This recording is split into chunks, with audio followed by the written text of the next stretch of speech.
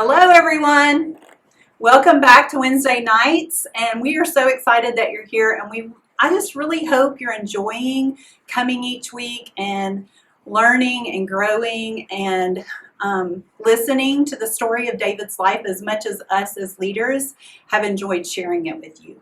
Every single time we get in God's Word, He is speaking to us. So our prayer for you tonight is that happens, that we open our eyes and our ears and our minds and our hearts to truly not just hear the words, but let them sink deeply into our hearts and change us. And so that's why it's exciting every time we get together. So I thought since it's week 5, we do a quick review of all the colors of David's life that we've studied so far. So I put them on my arm. So first week we learned the color purple represented that the shepherd, little young shepherd boy David, was chosen out of all of the brothers to be the next king of Israel, chosen by God, anointed by Samuel to wear the color purple to be king. And it was because of his shepherd's heart. And someone else in the Bible is known as the good shepherd, and that was Jesus. And so David had a heart after Jesus' own heart. So that's what he was known for. Then we learned about the color gray, and that was about King Saul had chosen to disobey God. And God actually took his spirit away from Saul. And when David was anointed, God's spirit came upon him and stayed with him for the rest of his life. But King Saul was tormented. And David used the God-given talent of playing the harp to be taken away from the sheep again and put in the palace with King Saul to play and soothe his tormented spirit, which also placed him in a position to become very best friends with Saul's son Jonathan, which we'll hear about again tonight. The next color is brown, and this represented that one small brown stone that little David used to defeat a huge giant. So many good things to learn from that story. And last week we talked about green, and that was about King Saul's nasty green-eyed monster of jealousy and envy that grew every single day for David. Saul at one point loved David when he played for him. Jonathan came to love David. But at this point, David, the blessings of God, David living for God, being in the army, having all these successes, and the people loving and cheering for God, Saul could not stand it. And he just grew green with envy and jealousy, and it tormented even him more and more and more.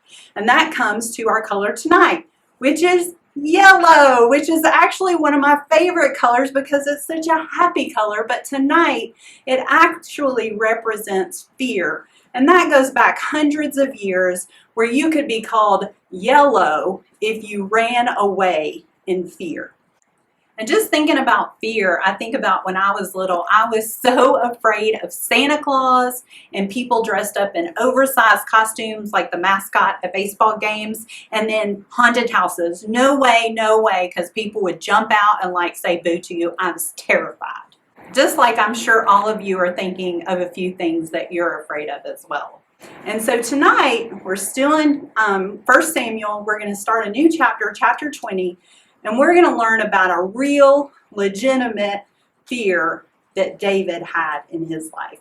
So we are in 1 Samuel chapter 20, but in chapter 19, it tells all about how King Saul has sent people to kill David.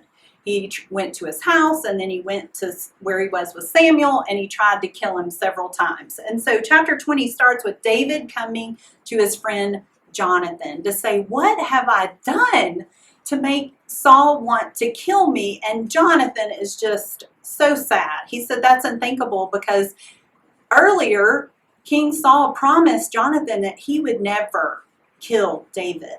And so Jonathan's like, surely not. My dad would tell me if he tried to kill you. And I'm sure David here is like, dude, friend, BFF, why didn't you tell me your dad was sending someone to kill me? And Jonathan's like, if I knew that, surely I would let you know. They are tight as tight can be. They are best friends. And even though David knows Saul is trying to kill him, he comes to Jonathan for help. And Jonathan says, you stay hidden here. I'm going to go talk to my dad. I'll find out what's up. And he does that. And David's like, well, how am I going to know what the answer is? They come up with this best friend, secret handshake kind of plan to find out what is up with King Saul and if he really, truly wants David dead. So they make this plan happen. It's all here in God's word. It is super cool, arrows and, secret handshakes and all this kind of stuff. But to Jonathan's despair, he finds out his dad wants to kill his best friend David. And to the point he gets so angry that he throws a spear at Jonathan when he even defends David. So he doesn't even eat the meal that they're at, and he goes and immediately does their plan, lets David know it's not safe. Your fear is real. You need to run away and get to safety.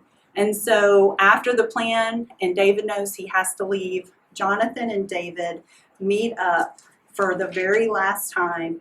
And here in verse 42 it says, we have both taken an oath in the Lord's name, saying, the Lord will be a witness between me and you, and between my descendants and your descendants forever. And they wept and they cried. And it said David even cried the loudest, because he knew he could no longer serve King Saul, and he had to leave his best friend forever. And he was going to run and hide in fear for the rest of his life from King Saul. So David was a hero. He had many victories in the army, and he was the one that killed the giant Goliath. And despite all these accomplishments, he still ran away, fearful for his life because of King Saul. But here's the thing, God was always with David. He sent him help in the form of his BFF Jonathan to help protect him. He was going to protect him. He was his chosen king. And so God is bigger than any danger, any fear that we might have. And when we're afraid, we can trust God with our fears. He is all the courage and the strength we will ever need.